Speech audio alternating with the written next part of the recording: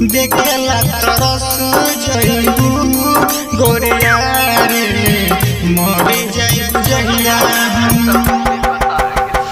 मरे जाइब जहिया हम बड़ी अफसोस खइबू हमके देखेला तरस जइबू गोरिया रे मरे जाइब जहिया हम बड़ी अफसोस खइबू हमके देखेला तरस जइबू गोरिया रे मर जाइब जहिया हम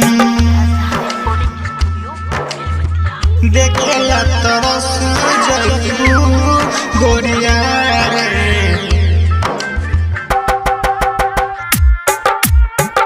आप अभी सुन रहे हैं विराट म्यूजिक की शानदार प्रस्तुति। देखेला तरस जइबू गोरिया रे कबरी पे आके आंसू बरसइबू रो रो के गोरी हमके जगइबू रो रो के गोरी हमके जगइबू कबरी पे आके आंसू बरसइबू रो रो के गोरी हमके जगइबू बन के पागल दोषी खुद के ठहराइबू मर जाइब जहिया हम बड़ी अफसोस खइबू हमके देखेला तरस जइबू गोरिया रे मर जाइब जहिया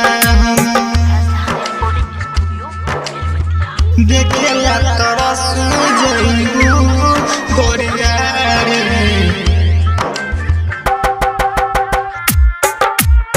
आप अभी सुन रहे हैं विराट म्यूजिक की शानदार प्रस्तुति।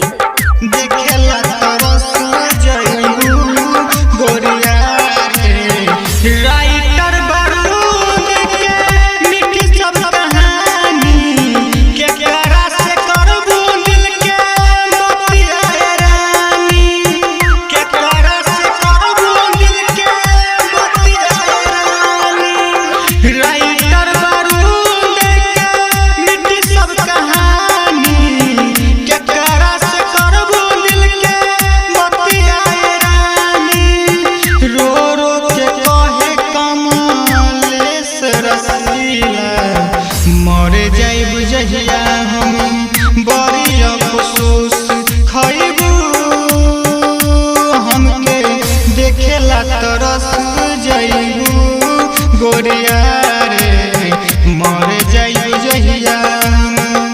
विराट music digital recording studio Yamuna Nagar Jagadhri.